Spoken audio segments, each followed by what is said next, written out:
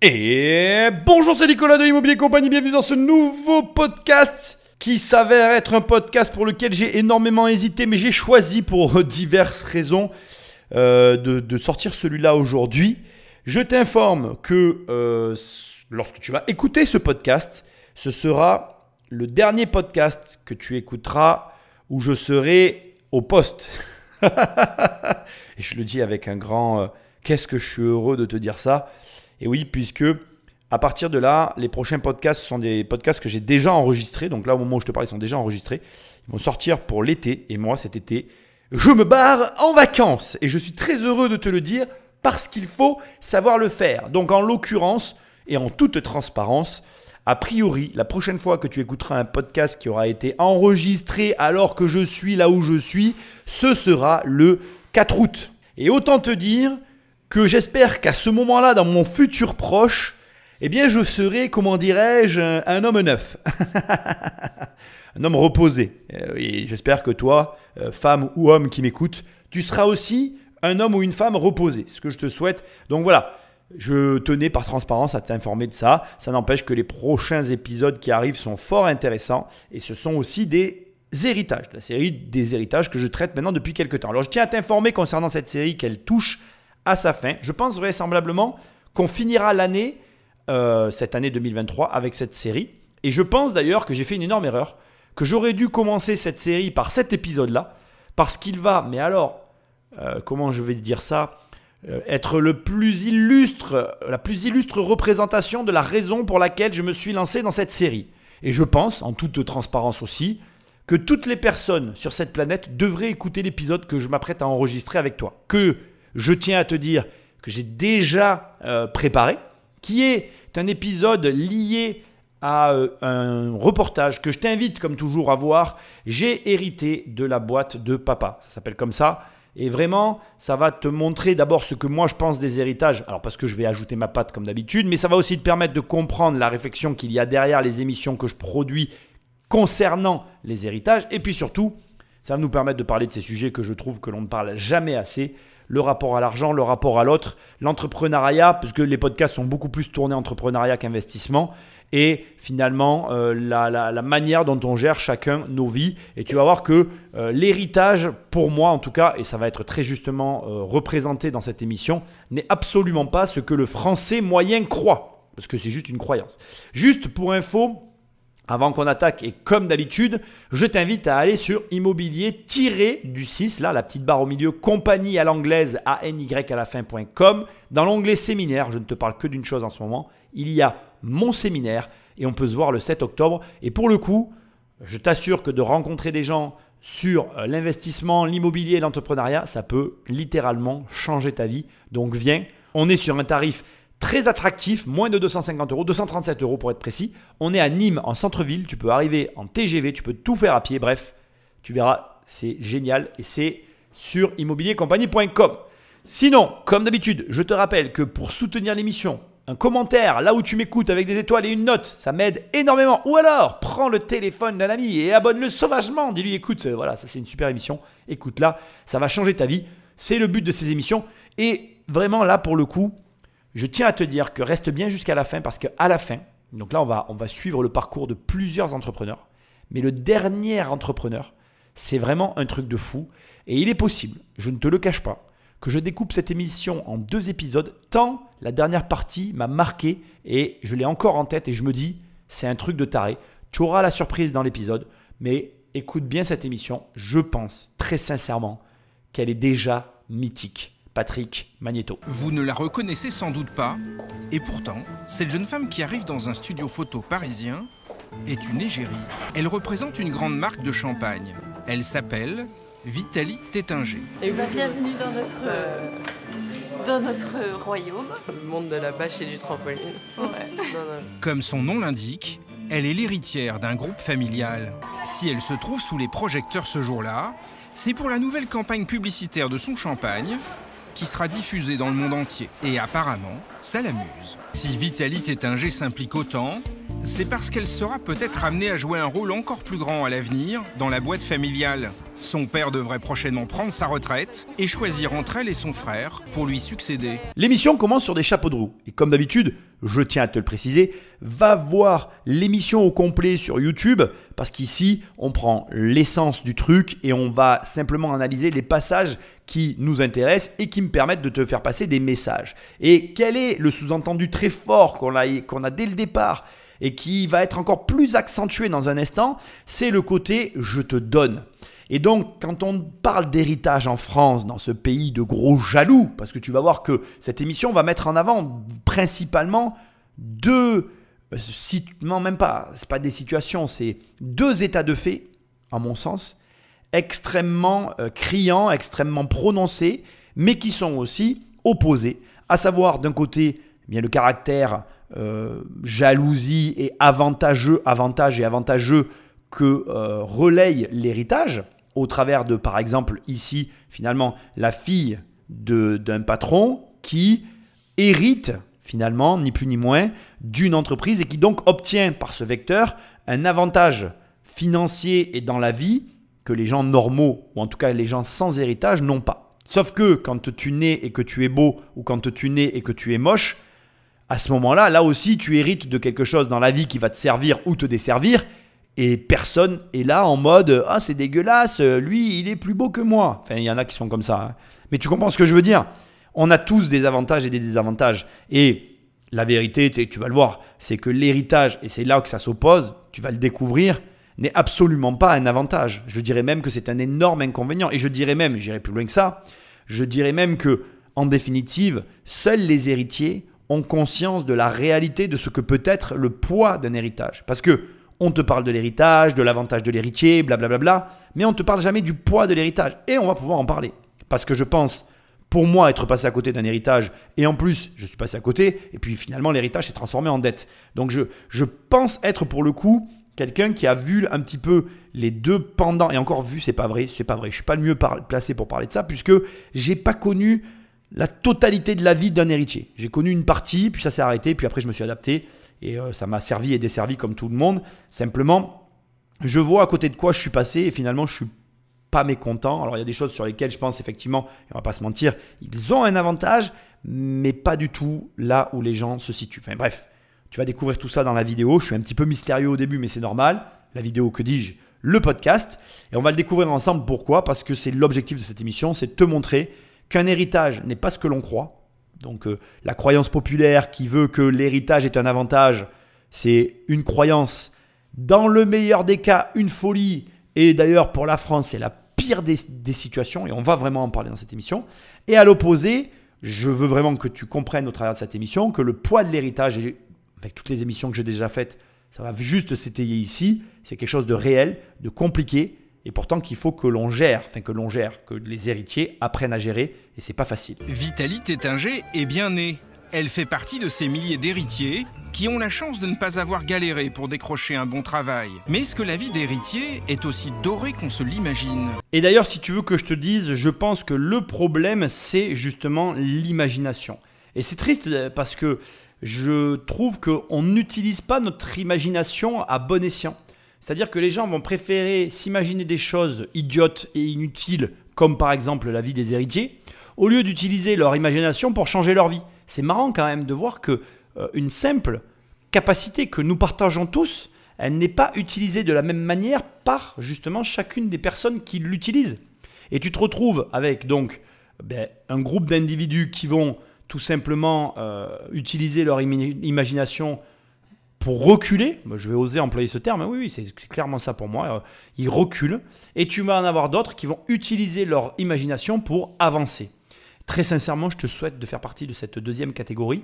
Arrête de t'imaginer des choses que tu ignores. Arrête de penser à des choses qui n'ont aucun sens pour toi et pour ta vie et commence à te concentrer et justement à utiliser ce muscle qui est le muscle de l'imagination pour des choses utiles qui produisent des résultats dans ta vie.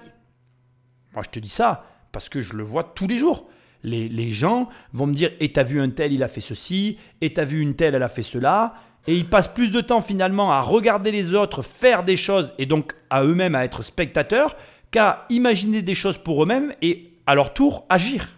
Et c'est là que ça se joue, hein, juste dans l'action. Si tu t'imagines la vie des autres, bah, tu les regardes et du coup, bah, tu n'avances pas. Alors que si tu utilises ton imagination pour changer ta vie, bah, tu es dans l'action et du coup, il se passe des trucs. T'as compris? Donc, normalement, c'est bon. T'as plus qu'à faire. Aussi glamour que celle de ces 4 jeunes femmes. 4 cousines nées Courtin-Clarins, héritières du groupe de cosmétiques Clarins, qui regroupe aussi des marques comme Mugler et Azzaro. Et leur parcours professionnel est-il toujours aussi facile qu'il n'y paraît?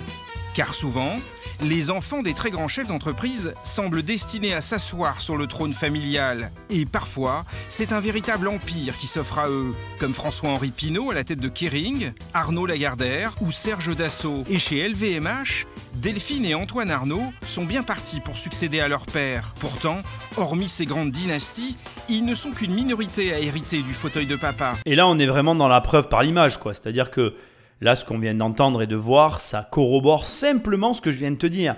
Les familles qui viennent d'être citées, Arnaud, Pinault, bon bref, tout ce qu'on vient d'entendre, Mugler, etc., eh ben, on fait que parler d'eux. Mais pendant que tu parles d'eux, tu fais quoi pour ta vie? Rien. Alors, demande-toi qui parle de toi, mais surtout, demande-toi si tu les regardes ou si tu regardes ta vie. Demande-toi si tu utilises, comme j'ai dit tout à l'heure, le muscle de l'imagination, ton muscle de ton imagination pour refaçonner ton quotidien, ou si ton muscle ne travaille que pour ceux que tu regardes. Et dans ce cas, ben, je suis désolé de te le dire, mais tu es le seul architecte de ta situation. Très souvent, on est les architectes de la position et de la situation dans laquelle on se trouve. Et c'est pour ça qu'on n'accepte pas certaines remarques, qu'on n'accepte pas certaines personnes, et pire, qu'on se refuse à notre propre réussite.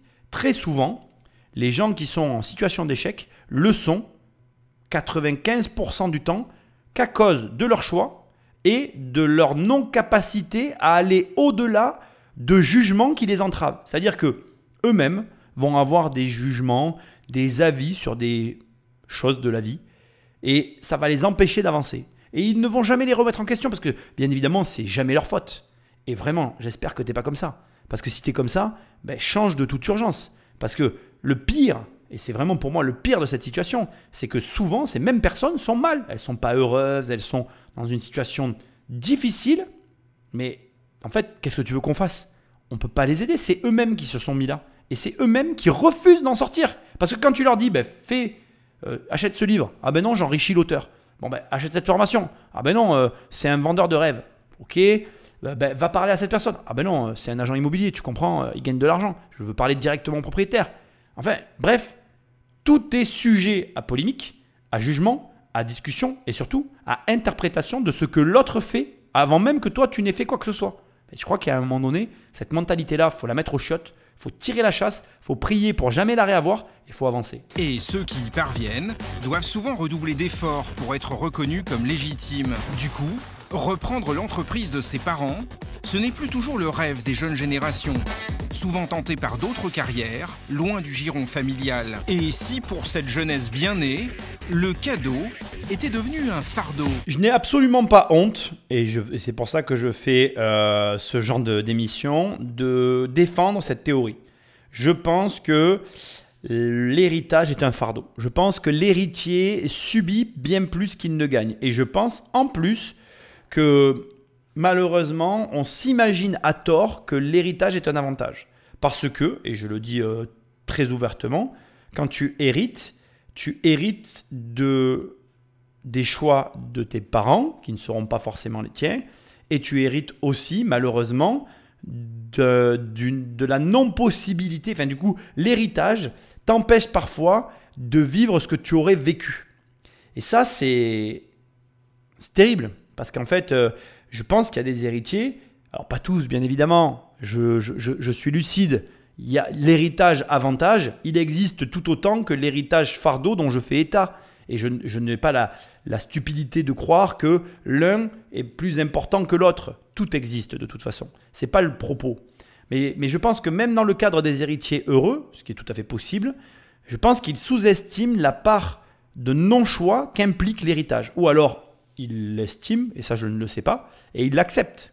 Mais dans les deux cas, moi ce que j'essaye de mettre en avant, c'est qu'il y a un choix qui est retiré dès l'instant qu'il y a un héritage. Et ce prix que l'on paye, qui n'est pas financier, qui est un prix purement de liberté, pour moi, en tout cas, il n'a pas de prix puisque moi, je considère que le choix, c'est la richesse. Donc, dès l'instant qu'on m'enlève des choix, on m'enlève des possibilités, on m'enlève une forme de richesse. Et du coup, je trouve ça pas fair-play, pas équitable, pas juste. Et c'est bon, après, c'est un point de vue qui est défendable ou pas d'ailleurs, avec lequel on peut ne pas être en accord. Mais je pense que tu dois le considérer. Si par exemple, demain, ton père, c'est Bernard Arnault, il a un empire du luxe et que je ne sais pour quelle raison, ton rêve à toi, c'est d'être sélectionneur de l'équipe de France de football, ou j'en sais rien, moi, même agent de joueur de football, tu comprends très bien que si tu hérites de l'entreprise de papa, tu ne seras jamais sélectionneur de l'équipe de France. Donc, tu vois bien que à un moment donné, l'héritage et ce qu'il implique, donc ce sur quoi les gens se concentrent, l'argent, le pouvoir, enfin appelle ça comme tu as envie, ça implique aussi l'absence de choix pour celui qui hérite de tout ça. Et je pense que c'est audible que d'entendre qu'il y a des enfants qui ont des vocations, des aspirations profondes et qui parfois s'assoient dessus pour justement reprendre un flambeau qu'ils n'ont pas demandé. Donc certes, certains me diront et s'opposeront en me disant « Ah oui, mais il y a pire quand même, Nicolas, tu ne peux pas dire que c'est une situation catastrophique. » Ça dépend, et je pense que personne ne peut rien dire d'ailleurs à ce sujet, pas plus moi que la personne qui m'opposera qu'il y a pire. Dans les deux cas, on a tort tous les deux. Pourquoi ? Parce que ça dépend du degré d'aspiration et du rêve et de la volonté de la personne qui hérite. Quand tu as des gens qui brûlent et qui ont envie de faire quelque chose et qui n'est pas ce que leur propose l'héritage, pour cela, c'est un grand malheur d'avoir un héritage. Sans compter le fait de se retrouver au niveau de sa personnalité et tout ce qui va avec. Donc bon, bref.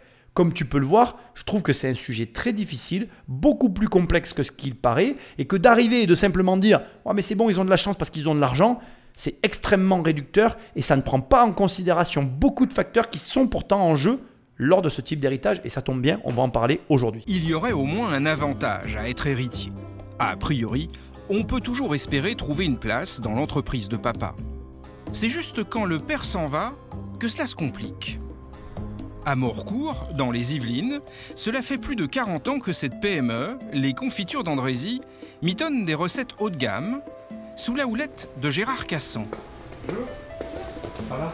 Aujourd'hui, il a beau avoir conservé son bureau de PDG, il n'est plus vraiment le patron ici. J'ai l'impression que votre bureau est à moitié vide. Oui. Ça veut dire qu'aujourd'hui, je ne vais pas dire que vous expédiez les affaires courantes, mais vous n'avez pas grand-chose à faire. Alors, pas grand-chose, ça ne veut pas dire que ce n'est pas des choses importantes, mais c'est vrai que, étant donné qu'ils sont 3 pour faire ce que je faisais tout seul il y a 20 ans, j'ai beaucoup moins de travail, oui. Il a passé le flambeau à ses 3 enfants il y a 2 ans. Julia Cassan, la Benjamine, et la responsable qualité. Salut mon chou. Il y a aussi Laure Cassan, la directrice générale, et Bruno Cassan, le directeur administratif et financier. Du coup, les réunions importantes se passent désormais sans le père, ça ne lui déplaît pas, même si il ne s'y était pas vraiment préparé. Je ne savais pas ce que je ferais il y a encore 3-4 ans parce qu'on est dans le bain, on est dans le quotidien et que les choses s'enchaînent. J'avais pas à proprement parler songé à l'avenir. Ça n'a pas été construit. On n'a pas parlé de ça en famille. C'est-à-dire qu'en famille, vous évoquiez pas la succession. Non, du Jamais. tout. Jamais. Je pense que ce qui reste de ce passage, c'est la dernière phrase, parce qu'elle est surprenante. Le fait que, familialement, on n'évoque pas la succession. Et je vais te partager, parmi ce que je vais te dire dans cette émission, des réflexions personnelles, parce que c'est vrai que je pense qu'il y a des, comment je vais dire, je ne trouve pas mes mots, mais il y a des suppositions, non, ce n'est pas le terme. Il y a de l'imaginaire collectif de folie autour de la richesse et de l'argent et des entreprises qui sont détenues par des familles. Et à tort d'ailleurs, parce que là, on voit bien que c'est vrai. Et moi, je peux te dire que je pense que c'est d'autant plus vrai qu'en fait, c'est déjà l'entrepreneuriat en France, c'est très compliqué. On va commencer par là. Je pense que l'entrepreneuriat en France, malgré que ça se soit amélioré depuis YouTube ces dernières années, même grâce aux vendeurs de rêves qui sont autant décriés, je pense que la vision que les Français ont des entrepreneurs, elle a évolué positivement. C'est mon sentiment, ça n'engage que moi, mais c'est mon impression. Je pense qu'aujourd'hui, on a moins peur d'être entrepreneur. On voit que c'est possible de gagner sa vie, même extrêmement bien sa vie en étant entrepreneur, voire même mieux qu'en étant salarié. Et les mentalités changent là-dessus. Et c'est un point positif de mon opinion. Maintenant, ce qu'il y a de drôle et d'amusant, c'est que ce n'est pas parce que tu vois un entrepreneur que l'entrepreneur, il il a tout anticipé et même un entrepreneur à succès, tout est OK de son côté. Moi, je vais te partager une réflexion personnelle que je me fais maintenant depuis quelques temps.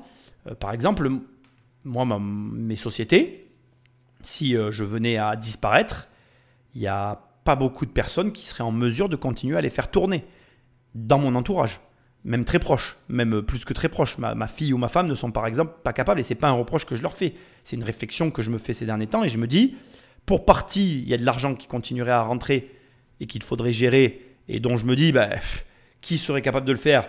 Personne, puisque personne aujourd'hui travaille avec moi, donc forcément c'est un peu compliqué. Et donc de notre côté, il y a ma mère, mais dans toute logique, ma mère un jour elle va s'arrêter, même si elle pourrait reprendre provisoirement la situation, ça serait que provisoire et probablement que ça serait vendu. Ce qui serait dommage de mon opinion, mais sans doute l'issue la plus cohérente à la situation dans laquelle je me trouve. Ce qui ramène à ce qu'on vient d'entendre, c'est-à-dire que, comme il le dit, on est pris dans un espèce de quotidien pour lequel, en fait, quand tu es à ton compte, tu travailles, ça grossit. Au début, tu as du temps, mais comme tu as du temps, parce que tu n'as pas forcément beaucoup d'argent et pas beaucoup de moyens, donc tu as du temps, c'est ce qui est logique par rapport à la situation, mais du coup, tu n'as pas de revenus pour avoir à te poser des questions d'un héritage et ou de comment ça va se passer la transmission. Et quand vient le moment de la transmission, c'est généralement là où ça fait plusieurs années que tu as passé, on va dire, le dur du problème et que tu as vachement évolué dans tout ce qui a été ton chiffre d'affaires et ton entreprise, mais du coup, tu n'as plus le temps de t'occuper de ça. Et c'est pas obligé que tes enfants veuillent prendre la suite, c'est pas obligé que toi tu veuilles t'arrêter, c'est pas obligé que tout se concorde parfaitement. Finalité des finalités, ça se passe comme ils viennent de le dire. Soit tes enfants prennent la suite, soit, et on va le voir dans l'émission, c'est vendu. Mais dans un cas comme dans l'autre, ça s'impose bien plus aux dirigeants que ce qu'on peut l'imaginer. Et l'héritage n'est rarement ce que tu peux imaginer parce qu'on est dans des montants financiers colossaux et c'est pas neutre ni pour le propriétaire, ni pour les enfants. Et il y a une dimension financière qui est là, qu'il faut gérer, parce qu'on est en France, fiscalement, j'entends, et parce qu'après, derrière aussi, il faut trouver le bon compromis entre je transmets à mes enfants et je ne perds pas d'argent. Parce que tu peux le croire ou pas, mais dans le cadre de grosses sociétés françaises, cette question s'impose aux dirigeants. Et malheureusement, il faut trouver la solution et elle n'est pas toujours évidente. Mais ça, on va avoir l'occasion d'en parler. Si la succession est souvent un sujet tabou dans les entreprises familiales, chez les Cassant, il y en a d'autres, et notamment le recrutement. Pour les héritiers maison, intégrer la société, cela ne s'est pas vraiment passé le dimanche, au repas de famille. Chaque matin, Julia Cassant supervise la production. Et elle est aussi chargée de l'élaboration des nouvelles recettes de confiture. Ce jour-là, elle encadre 2 employés qui réalise un essai de confiture aromatisée à base de thé. Il faut trouver le bon dosage du nouvel ingrédient et c'est Julia qui décide. C'est bon quand même. Le jus d'orange, il est extra. Très bon, il est super. On sent pas beaucoup le regret pour nous. Non. Bah vas-y. On peut en rajouter? Oui. 10 grammes? Julia est qualifiée pour ce job. Elle a un Master 2 en qualité. Et elle a fait ses armes dans 2 autres entreprises agroalimentaires. Du coup, elle espère qu'on ne la considère pas comme une fille à papa. Au départ, les gens se disent qu'en effet, ça peut être facile. Derrière la légitimité, c'est à nous de l'apprendre. À un moment donné, c'est à nous de faire nos preuves aussi pour montrer que si on est là, c'est pas parce qu'on est une Cassant, mais parce qu'on est une Julia Cassant. Pour être recrutée à son poste, Julia estime qu'elle n'a pas eu de passe-droit. Elle a postulé, comme tout le monde, même si le recruteur, c'était son père, Gérard Cassant. Et le PDG de Noisy Confiture a bien voulu vous recevoir pour un entretien? Et il m'a reçu pour un entretien. Il s'est même demandé qu'est-ce que je lui voulais, pourquoi je lui demandais un entretien au départ. Il pensait pas que mon souhait était d'intégrer l'entreprise familiale au départ. C'est étonnant, non? Non, j'ose espérer que non quand même. Non, mais les choses ont été faites correctement. Ça n'a pas été autour d'un repas à la maison. Je voulais vraiment séparer et dire cette volonté, ce souhait, ce que je souhaitais, comment apporter ma patte à l'entreprise en fait. Ça veut dire que devant votre père, vous avez défendu votre candidature? J'ai défendu mon poste, ouais, comme n'importe quelle autre personne aurait pu le faire. Oui, tout à fait. Bref, il n'y aurait eu aucun favoritisme. Cela ne serait donc pas plus facile pour une Cassant de rentrer dans l'entreprise. En revanche, ça aiderait peut-être un peu pour grimper plus vite dans la hiérarchie. Je pense que là, on est face vraiment à la problématique principale de l'héritier et de l'entreprise et de la position de la personne vis-à-vis de 1. Son héritage, 2. La personne en elle-même, 3. Le regard des autres. En gros, déjà, c'est complètement compréhensible pour moi et je pense pour tout le monde qu'au vu et à l'écoute de ce passage, on se dise forcément, mais attends, c'est son père qui l'a recruté, il y a de l'affect qui rentre en ligne de compte, c'est difficile de croire que effectivement ça n'est pas rentré en considération lors de l'embauche. Ensuite, c'est aussi logique, même en admettant que la personne ait été prise par un recruteur indépendant, qu'elle intègre l'entreprise, dans tous les cas, tu finiras par te dire que oui, peut-être, elle a été embauchée de façon totalement neutre, etc. etc. Mais maintenant qu'elle est dans l'entreprise, son ascension, son accès au poste de responsabilité est facilité de par le fait qu'elle est la fille du patron. Et de toute manière, même si on arrivait à tout te montrer, le doute persisterait. Mais c'est normal, on est des êtres humains et finalement, on voit très bien comment on est avec les propres membres de notre famille, avec nos enfants. Et on ne peut pas croire une seule seconde que ça puisse être différent chez les autres. Et je ne m'oppose même pas à cette réflexion. Mais, il y a un mais, et il est obligatoire et tu viens de l'entendre, c'est que tu ne prends pas en considération l'aspiration et la personnalité de l'enfant. Est-ce que ça n'est pas possible qu'un enfant ait envie de faire exactement le même travail que son père ? La réponse est oui. Est-ce que c'est pas possible qu'un enfant ait envie de finalement, avoir le même travail que son père, les mêmes responsabilités et que ça puisse se passer tout à fait correctement sans qu'il y ait aucun sous-entendu si ça se produit dans une entreprise différente de celle de son père. Imaginons que mon père soit salarié chez... où est-ce qu'il pourrait être salarié ?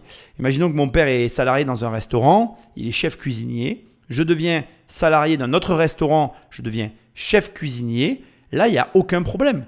C'est-à-dire qu'il n'y a aucun moment où dans la vie, tu vas te dire il a été pistonné.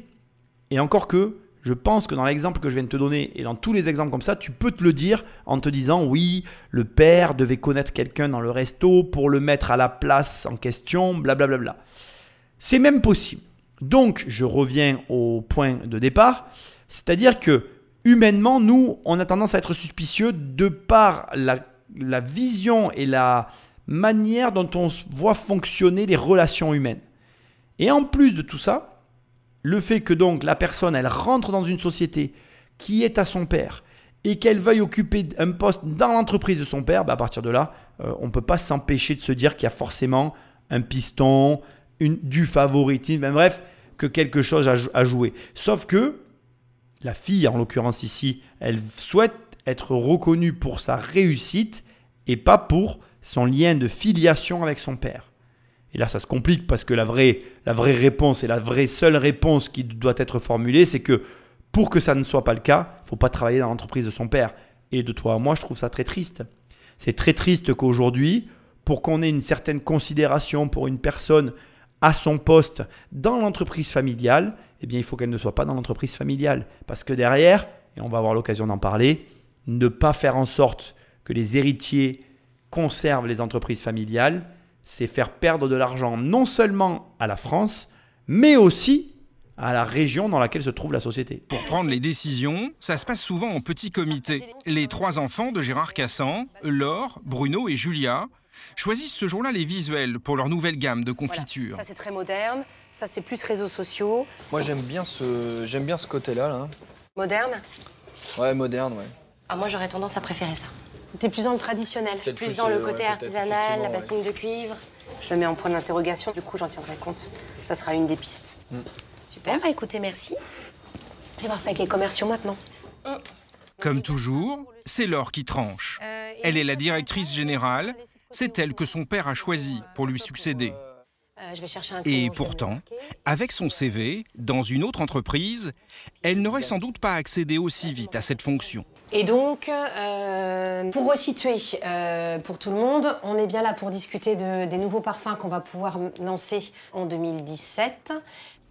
Alors, car au départ, elle a eu un parcours loin du monde de l'entreprise. C'est une ancienne professeure de français et de latin. Mais rattrapée par l'envie d'entreprendre, Laure a passé un DESS de management. Son diplôme en poche, elle est venue exercer aux côtés de son père pendant presque 10 ans, avant de lui succéder il y a 2 ans. Est-ce que je peux prendre Mais curieusement, la patronne a fait le choix de partager le pouvoir avec son frère Bruno. Bruno, c'est mon petit frère, je suis sa grande sœur. Il est toujours dans les écoles passé après moi, c'était pas forcément évident, on sait tout ce que ça fait. Moi, j'ai une pression aussi sur les épaules que j'ai pas envie d'assumer seule, donc plutôt bienvenu le fait qu'il veuille partager. Mais parfois, on n'a pas la même vision. C'est ce que je vous disais, le chemin pour y arriver.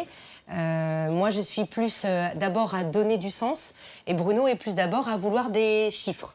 À mesurer la performance. Et donc, du coup, moi, j'arrive en voulant donner du sens et avoir une approbation, et lui me dit « Oui, mais combien ?» Voilà, on va gagner combien, tu vas rapporter combien, tu vas dépenser combien.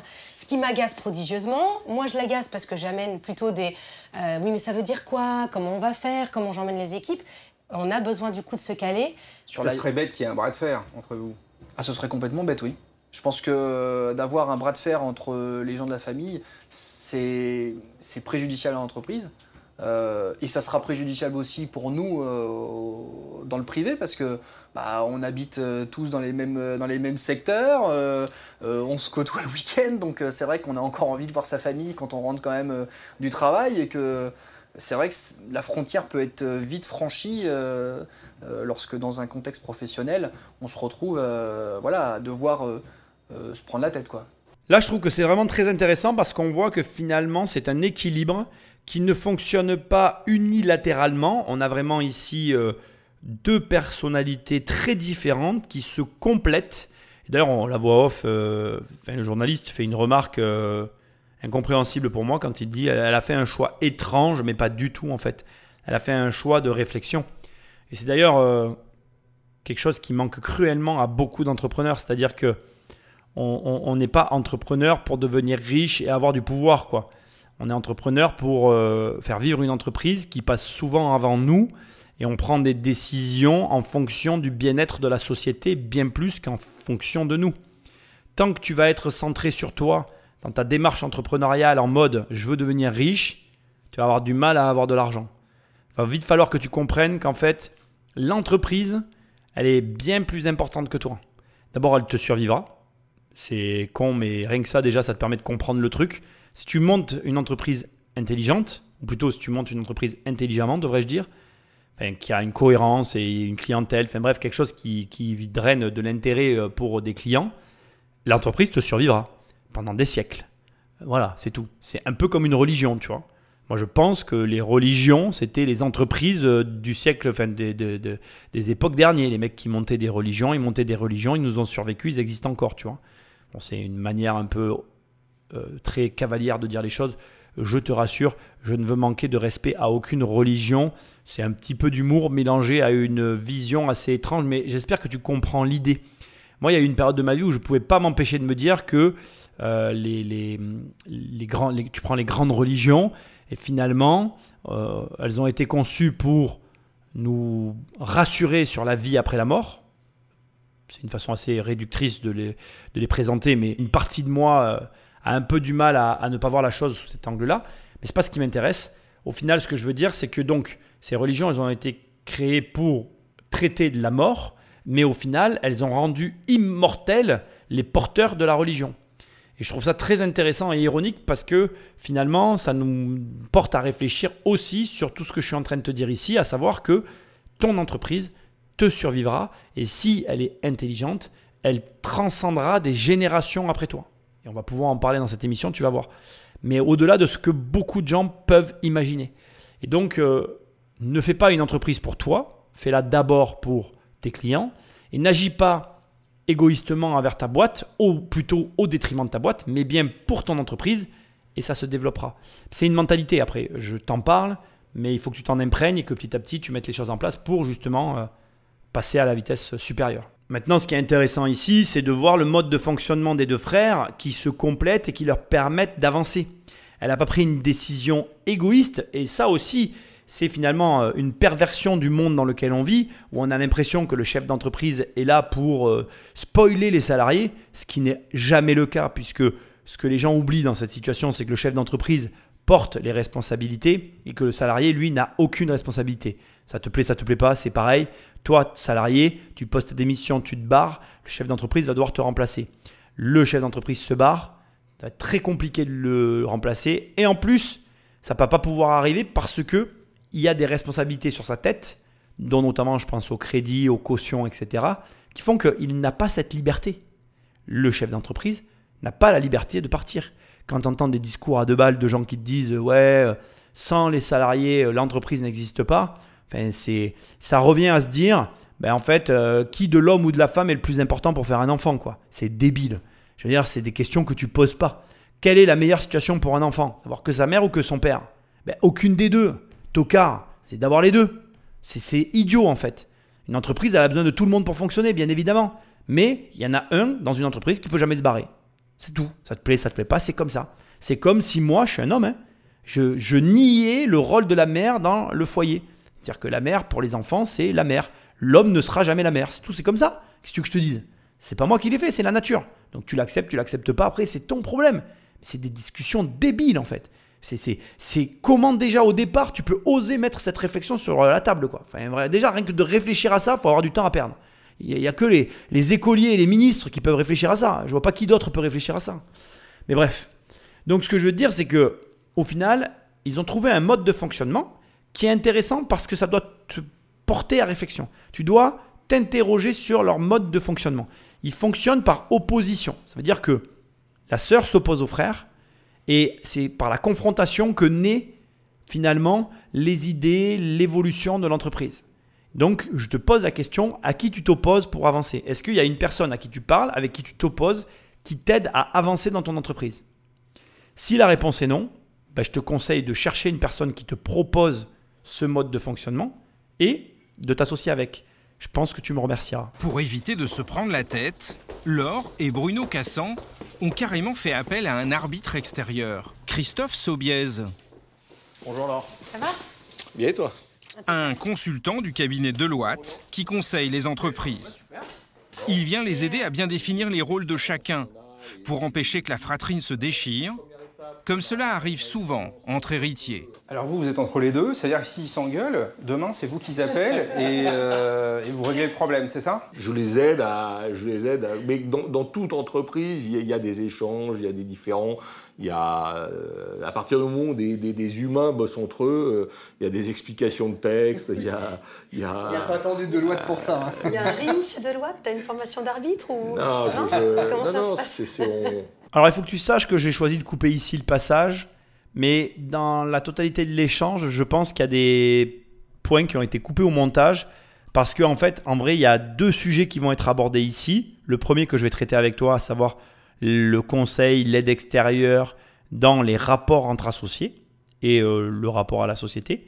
Et un deuxième point qu'on va voir dans un instant, c'est la transmission de la société, l'héritage, à proprement parler. Sujet de l'émission, je te rappelle. Ici, on va parler de ce qui vient d'être évoqué, le fait que les deux, le frère et la sœur et le frère, fassent appel à un cabinet extérieur pour être accompagnés, conseillés et, oui, quelque part, pas orientés, mais voilà, qu'il y ait un tiers de confiance, neutre, qui soit là pour les aider dans certains échanges et leur transmettre des informations afin que tout fonctionne bien dans la société. Ce que je m'apprête à te dire, c'est à la fois de la provocation, à la fois ça me fait sourire d'avance et à la fois je vais te dire ce que tu sais déjà. Les pauvres, ce qu'on appelle les pauvres, parce que moi tu sais que je ne crois pas trop à la pauvreté, à la richesse, mais j'aime beaucoup en jouer. Les pauvres refusent de payer le conseil parce que c'est toujours trop cher et que finalement, quand tu payes un conseiller, tu donnes de l'argent dans le vent et ça n'a aucune valeur. Alors que les riches, et là tu le vois bien, les gens qu'on qualifie de riches, eux ne lésinent jamais sur le paiement du conseil. Parce que pour être bien conseillés, ils sont prêts à payer. C'est très marrant parce que c'est une différence qui est très simple à activer. Je veux dire là, tu fais peut-être partie de ce genre de personnes qui se refusent à payer du conseil et qui fait que du gratuit sur Internet. Tu te dis, allez, je vais payer un mec pour une fois et je vais prendre du conseil payant. Et c'est dur parce que tu luttes contre peut-être une mentalité que tu as, mais pourtant que tu ne devrais pas conserver parce que ce conseil-là que tu vas payer va te permettre de déboucher sur des choses. Mais je ne peux rien faire pour toi en fait. Je peux que te le dire et pas plus parce qu'il n'appartient qu'à toi de prendre cette décision. Alors que tu vois, les gens qui ne s'en sortent pas financièrement refusent de payer ça parce qu'ils se disent non mais c'est de l'argent dépensé pour rien. Or, le conseil, ça a une vraie valeur et ça a de vraies conséquences dans ta vie. Mais tant que tu n'y as pas goûté, tu ne le mesures pas. Ensuite, c'est hyper intéressant de voir que c'est nécessaire pour justement avoir ce tiers de confiance qui va venir un petit peu apaiser les esprits, qui va venir aussi permettre d'avoir un échange différent, parce que tu ne parles pas pareil dans l'intimité avec ton frère ou avec ta sœur, que quand il y a une personne entre vous qui va permettre à ce que l'échange soit plus cordial et plus, je dirais, moins trivial, moins familier. Parce que c'est quoi le plus grand risque quand tu es en famille? C'est de t'autoriser à dire des choses que tu ne dirais jamais, que tu n'oserais jamais dire face à, je vais dire, face à des inconnus, des étrangers à la famille. Alors que quand tu es avec un étranger qui plus est là pour te conseiller, tu vas modérer tes propos, te comporter différent, mettre des formes qui vont permettre parfois à mieux faire passer les messages. Parce que parfois, le langage châtié et direct que l'on a familialement, oui ça se dit, laisse des traces, émotionnellement parlant, que là on évite grâce à justement une forme et une politesse qui permet d'arrondir les angles et de parfois mieux faire passer les messages. Donc bref, note que les personnes qui ont de l'argent sont capables de payer du conseil. Tu prends comme tu as envie cet élément-là, mais prends-le en considération parce que tu veux que ta vie elle change, fais-toi aider. Mais c'est quoi le risque si jamais ils ne venaient pas vous voir, vous ou un autre cabinet? Dans quelle mesure ils ne sont pas capables de se débrouiller tout seuls? Je ne connais pas une seule entreprise qui se soit transmise sans l'aide d'un tiers, un tiers de confiance, un administrateur indépendant. Il y a toujours dans le dispositif, de par le fait de l'entreprise familiale, de par la dimension affective, il y a toujours des tiers qui viennent pour garder la tête froide. Pourquoi? Parce que sinon, il y a un risque que les gens se déchirent ou... Il y a un risque tout simplement que l'entreprise ne passe pas. Aujourd'hui, en France, 14% des entreprises familiales sont transmises à la génération suivante. C'est très très faible. On est en Allemagne et en Italie sur bien plus de 50%. On est en Italie à 80%, donc on a un vrai sujet. Avec seulement 14% des entreprises familiales qui se transmettent aux héritiers, la France est dans les derniers de la classe en Europe. Car les droits de succession y sont très élevés. Et cela rend souvent la vente de la société inévitable. Surtout quand beaucoup d'héritiers doivent se mettre d'accord et que des millions sont en jeu. Alors bien évidemment, ici on est confronté à notre très chère et tendre fiscalité qui vient broyer littéralement les héritiers dans les coûts pour récupérer l'entreprise ou conserver, parce que ce n'est pas le terme récupérer. D'ailleurs, ce sont des termes qu'il faut bannir. Je le fais une erreur grossière mais que je vais laisser au montage parce que tu dois entendre et bien comprendre que les mots que tu emploies sont extrêmement importants. La famille veut conserver dans son giron les activités familiales, sauf que les frais de succession empêchent la transmission et ce grain dans le mécanisme, il est catastrophique pour l'économie du pays. Parce que quand une entreprise n'est pas transmise, c'est directement la France qui perd les bénéfices de production de la société. Et là, tu vas voir qu'on va découvrir ensemble un exemple, mais alors exceptionnel, vraiment, je t'assure. Pourquoi? Parce que là, tu vas découvrir l'histoire d'une famille qui n'a pas pu conserver la transmission et, comme toujours, qui récupère le patrimoine français? Des entreprises étrangères. Et qui perd le bénéfice du patrimoine français? Les Français. Et qui récolte les bénéfices du patrimoine français? Les étrangers. Est-ce que c'est normal? Non. Mais dans un pays où on veut toujours taxer les riches, taxer les méchants riches, taxer les héritiers parce qu'ils ont un avantage, eh bien en fait on se tire une balle, 2 balles, 3 balles. En fait, on se coupe les jambes. Et maintenant, on se retrouve avec un pays estropié qui est plus capable de courir. Et on ne comprend pas pourquoi on est à la traîne. Pourquoi il n'y a plus d'argent. Pourquoi finalement ça ne fonctionne plus. Parce qu'en fait, la société française, elle est grippée par tout un tas de points que personne n'aborde jamais. Là, regarde ce que tu découvres dans cette émission. Que la France est la dernière en Europe et dans le monde dans la transmission des entreprises familiales. Là où, partout ailleurs, les sociétés sont transmises et conservées et elles produisent de la richesse pour des régions entières. Ici, elles sont récupérées par des sociétés, je dis des sociétés, c'est même plus des sociétés. Les entreprises qui achètent les bonnes entreprises françaises, ce sont des consortiums qui les démembrent et qui les revendent. Et même quand on avait un gars en France, Bernard Tapie pour ne pas le citer, qui faisait ce type d'activité, on lui tirait dans les pattes parce qu'on n'était pas content qu'il le fasse. Alors qu'en définitive, on aurait dû être content parce que ce sont ça aussi des entreprises lucratives.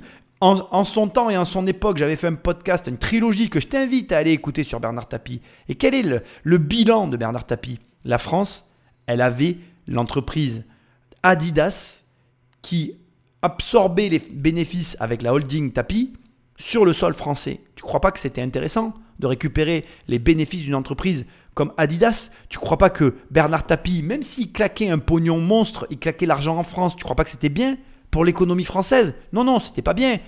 Tous les autres pays du monde arrivent à comprendre ce mécanisme, sauf nous. Nous, on ne comprend pas. Mais enfin bon, je ne vais pas chercher à te faire comprendre. Mais bref, finalité, donc bilan de l'aventure Tapi, dans l'entreprise Adidas, elle appartient plus à la France. Bravo, bravo la France.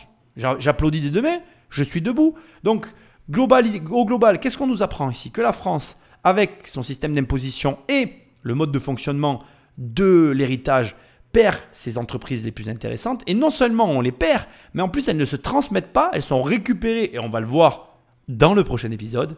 Et oui, ça ne sera pas un épisode coupé en deux, non, ça sera une trilogie. Parce que, je te le dis, chaque histoire est exceptionnelle. Et la première histoire que tu as vue sur le champagne, on va la découvrir maintenant. Parce que oui, l'entreprise Tétinger est une entreprise du champagne. Et dans le prochain épisode, tu vas découvrir ce qui est arrivé à cette famille, comment ça s'est passé et pourquoi ça a été détruit. Il n'y a pas eu que la problématique de l'héritage. Il y a eu aussi la mentalité française. Comme quoi, et on s'en rend compte, hein, ta mentalité est primordiale dans la vie. Si tu as une bonne mentalité, tu auras une bonne vie. Si tu as une mauvaise mentalité, tu auras une mauvaise vie. Ça, je peux t'aider à entrevoir, et je pense que je le fais au travers de ces émissions, l'état d'esprit nécessaire pour réussir, mais il ne tient qu'à toi de choisir de l'adopter. Au demeurant, donc ici on l'a vu, c'est pas si simple que ça de récupérer l'héritage d'une famille, mais ça a l'avantage, au moins, si on se bat et si on essaye de prendre les rênes, de faire vivre une région et de conserver dans le giron français des activités qui, somme toute, rapportent de l'argent et font vivre toute une économie. Et ça, on ne le dit pas assez souvent. Donc rappelle-toi que quand tu vois un héritier, que avant d'être un héritier, c'est aussi quelqu'un qui fait vivre une région, qui fait vivre des salariés, et tu en as besoin pour trouver du travail. Et c'est positif. Je te rappelle que tu peux aller sur immobiliercompagnie.com dans l'onglet séminaire, il y a mon séminaire, que tu peux laisser des étoiles et un commentaire là où tu m'écoutes parce que c'est ce qui m'aide le mieux. Et je te dis à la semaine prochaine dans la suite de cette émission. Salut!